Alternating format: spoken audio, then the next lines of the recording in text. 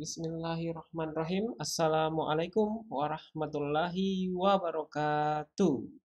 Halo teman-teman, adik-adik, para pembaca modul pembelajaran interaktif, Modelin, Algoritma dan Pemrograman Dasar. Selamat datang kembali di channel Pak Coding, Rumah para Programmer Pemula. Oke, pada video kali ini saya akan memberikan sebuah contoh program sederhana berkaitan dengan penerapan fungsi buatan ya. Jadi kita akan membuat fungsi buatan dalam suatu program sederhana ya. Jadi ada dua contoh sebenarnya, tapi di video ini khusus contoh yang pertama dan contoh yang kedua akan saya berikan di video berikutnya. Oke, langsung saja masuk ke materinya ya. Jadi di sini bisa kita lihat ya, sudah ada sebuah program sederhana yang terdiri atas tiga fungsi ya.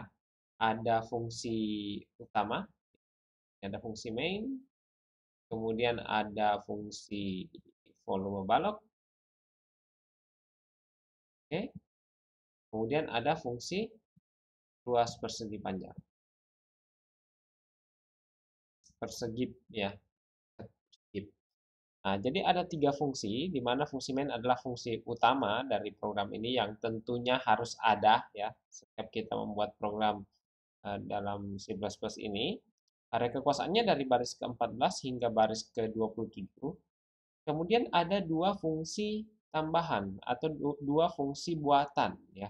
Kenapa disebut fungsi buatan ya? Karena kita membuatnya sendiri, kita membentuk fungsinya sendiri.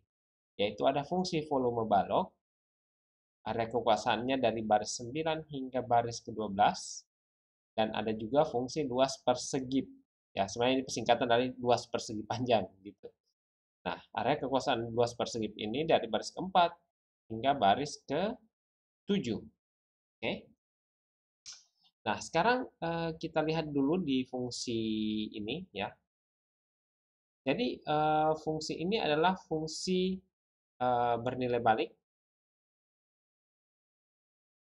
Oke, kenapa saya sebut bernilai balik? Karena memiliki tipe data fungsinya adalah float. Artinya, fungsi luas persegi ini akan mengembalikan nilai bertipe float kepada perintah pemanggilnya ya. Jadi dimanapun dia akan dipanggil nanti, maka perintah pemanggil itu akan menerima nilai balik dari fungsi ini berupa nilai atau data bertipe float. Nah, selain itu, kenapa di sini juga kita bisa ketahui bahwa ini adalah fungsi bernilai balik karena adanya keyword return di sini. Keyword return ini diterapkan kepada variabel luas, yang artinya bahwa nilai yang akan dikembalikan nanti kepada perintah pemanggilnya adalah nilai luas, ya, nilai luas ini. Nah, kalau kita lihat tipe data dari luas ini adalah float, ya. Oke, tipe datanya ada float. Nah, inilah yang mendasari kenapa tipe dari fungsi ini, tipe data fungsi ini juga bertipe float. Karena nilai yang dikembalikan itu bertipe float.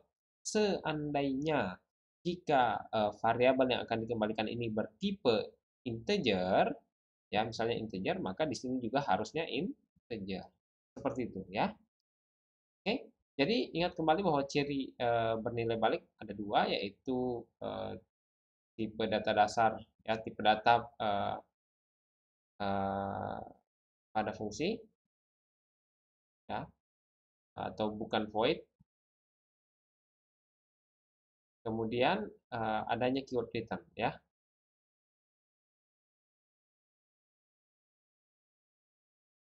Nah, keyword return yang diterapkan kepada variabel yang nilainya akan dikembalikan. Kemudian pada fungsi ini terdapat dua parameter, berarti ini adalah fungsi berparameter.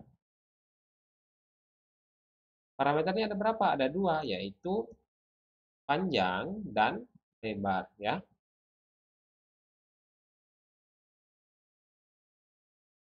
Oke, jadi kalau pada fungsi ini disebut sebagai parameter.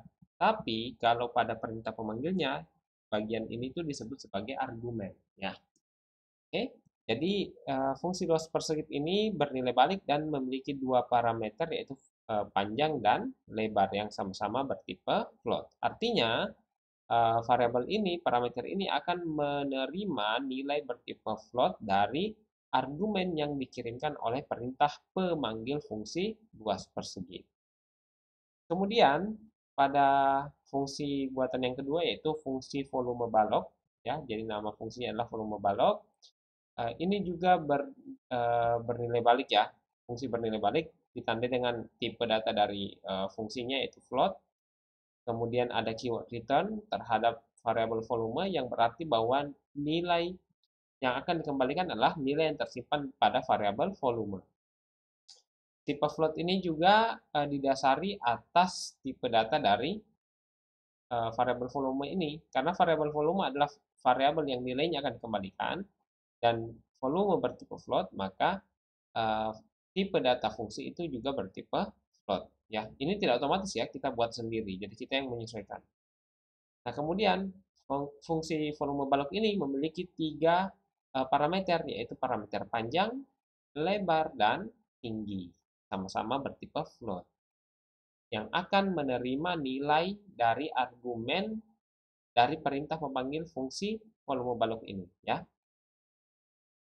Oke, jadi kedua fungsi ini adalah fungsi bernilai balik dan berparameter. Kalau yang di atas parameternya ada 2, kalau volume balok ini parameternya ada 3. Ya, seperti itu. Oke, kita masuk ke fungsi main. Jadi pada fungsi main, ketika misalnya programnya baru di-run, baru dijalankan, maka akan ditampilkan string seperti ini. Program menghitung luas persegi panjang dan volume balok. Nah, di sini di baris ke-16 dideklarasikan ada variabel L balok, ya, lebar balok, P balok, P itu panjang sebenarnya ya. T balok, tinggi balok maksudnya, P persegi, dan L persegi. Kemudian L balok, P balok, T balok, P persegi, L persegi itu diinisialisasikan dengan nilai tertentu. Misalnya seperti ini, 2,0 untuk L balok, luas lebar balok, kemudian panjang balok 4, tinggi balok 2, kemudian panjang persegi panjang 2, dan lebar persegi panjangnya yaitu 6. Ya. Saya memberikan nilai bulat sebenarnya di sini hanya untuk memudahkan saja ya. Nah, kemudian volume balok ya. Volume balok itu di sini di baris ke-22 ya. Kita mendeklarasikan variabel volume balok di mana variabel volume balok ini bertipe float yang nilainya diperoleh dari nilai balik pemanggilan fungsi volume balok ya. Ini adalah perintah pemanggilan fungsi volume balok ya. Oke. Yang mana fungsi volume balok? Yang ini atau yang ini? Jawabannya adalah yang ini. Berarti ini fungsi ini ya. Nah, di sini kalau kita lihat kan ada 3 parameter di sini. Berarti seharusnya perintah yang memanggil volume balok itu juga mengirimkan 3 argumen yang akan diterima oleh 3 parameter tersebut. Nah, sehingga di sini kita bisa lihat argumen yang dikirimkan dari perintah pemanggil fungsi balok ini adalah ada P balok, ada L balok, dan ada T balok. P balok akan diterima oleh panjang ya. Ini P balok akan diterima oleh panjang, kemudian L balok, nilai L balok akan diterima oleh parameter lebar, dan T balok akan diterima oleh parameter tinggi. Sehingga karena P balok adalah 4, maka panjangnya di sini adalah bernilai 4. Kemudian L balok itu 2, berarti di sini 2,0. Kemudian T balok 2,0 juga, berarti di sini nilainya 2,0. Ya. Nah, setelah dikirimkan argumennya, maka fungsi ini aktif, kontrolnya beralih ke sini, Nah, di dalam fungsi ini, badan fungsi ini kita bisa melihat bahwa proses yang terjadi adalah fungsi luas persegi panjang dipanggil dengan mengirimkan nilai panjang dan lebar. Nah, luas persegi panjang dipanggil ya. Luas persegi panjang dipanggil. Saya hapus dulu ya supaya lebih aman dilihatnya ya. Ya. Oke, teman-teman. Eh, juga dulu ya. Maaf atas ketidakpahamannya. Ya. Nah, nah, di sini bisa kita lihat, teman-teman bisa lihat ya, warna yang lain ya. Oh, oh, oh. Nah, ini teman-teman bisa lihat, saya coret ini. Ini di dalam fungsi volume balok ada perintah pemanggilan fungsi luas persegi. Nah, karena luas persegi dipanggil, maka fungsi luas persegi itu akan aktif, ya. Nah, kemudian di sini kita lihat pemanggilan fungsi luas persegi itu disertai dengan pengiriman nilai argumen panjang dan lebar. Sehingga nilai panjang akan masuk ke sini. Ini kebetulan nama variabelnya sama ya, tapi ini sebenarnya adalah variabel yang berbeda. Kemudian lebar akan masuk ke sini. Nah, panjang di sini tadi nilainya berapa? P balok. P balok nilainya berapa? 4. Nah, berarti nilainya 4 akan lebar atau L balok itu nilainya 2. Ya. Oke. Nah, sehingga dari sini akan diperoleh nilai 4 dikali 2 yaitu 8. Maka 8 akan tersimpan di variabel luas ya. Nah, tersimpan di variabel luas. Nah, kemudian di sini ada perintah return luas, maka nilai luas itu nilai luas tadi yang isinya adalah 8 ya. Oke, di sini itu akan dikembalikan kepada perintah pemanggilnya. Yang mana yang memanggil fungsi ini tadi? Yang ini kan. Nah, maka nilai 8 akan dikembalikan ke sini. Ini nilainya 8. Kemudian di sini ada kali tinggi. Tinggi berapa? Di sini tadi tinggi adalah T balok. T balok itu berapa? 2. Ya kan? T balok diterima oleh tinggi 2 berarti 2. Berarti di sini 2. Sehingga nilai volume itu adalah 8 dikali 2. 8 kali 2 adalah 16. Nah, sehingga nilai volume adalah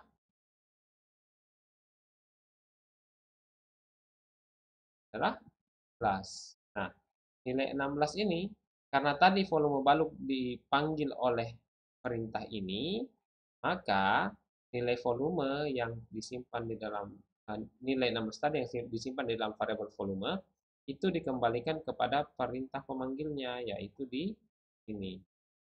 Sehingga nilai V balok sama dengan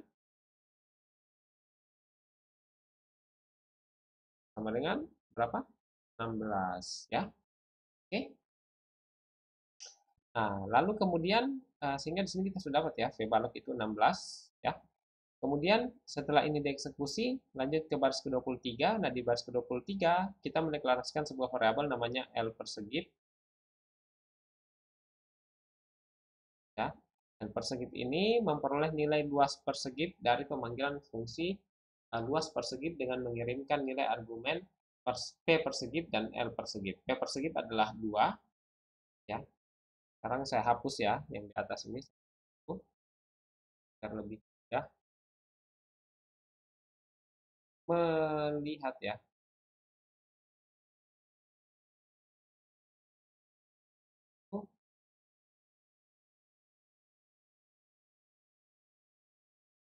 Oke. Nah, ini bisa kita lihat teman-teman ya. Luas persegit itu dipanggil kan. Ini sehingga eh, ini akan mengaktifkan fungsi luas persegit di mana parameter yang dikirim adalah P persegit. Nilai P persegit akan diterima oleh variabel panjang, parameter panjang, dan L persegit akan diterima oleh parameter lebar. P persegit sendiri itu nilainya adalah 2 ya.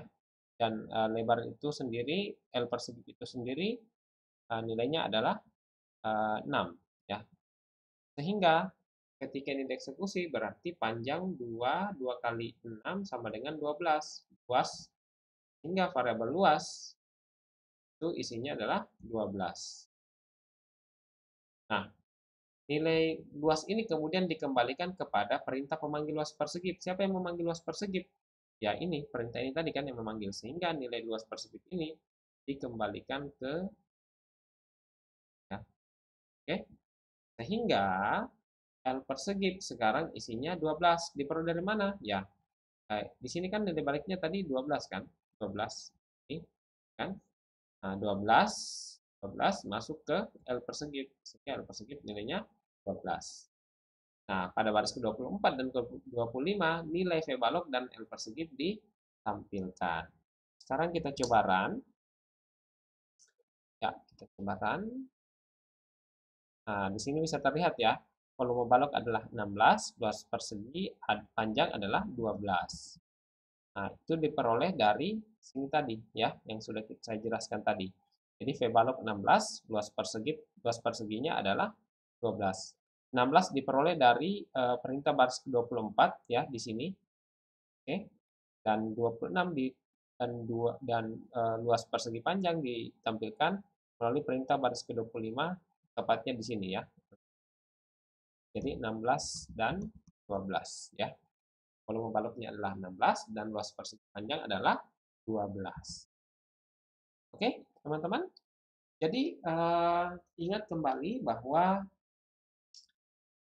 dengan menggunakan fungsi buatan ya, fungsi buatan atau user defined function, kita bisa menentukan sendiri tipe nilai balik fungsi yang kita inginkan, berapa parameternya, apa tipe data parameternya, nilai apa yang akan dikembalikan, itu kita buat sendiri ya.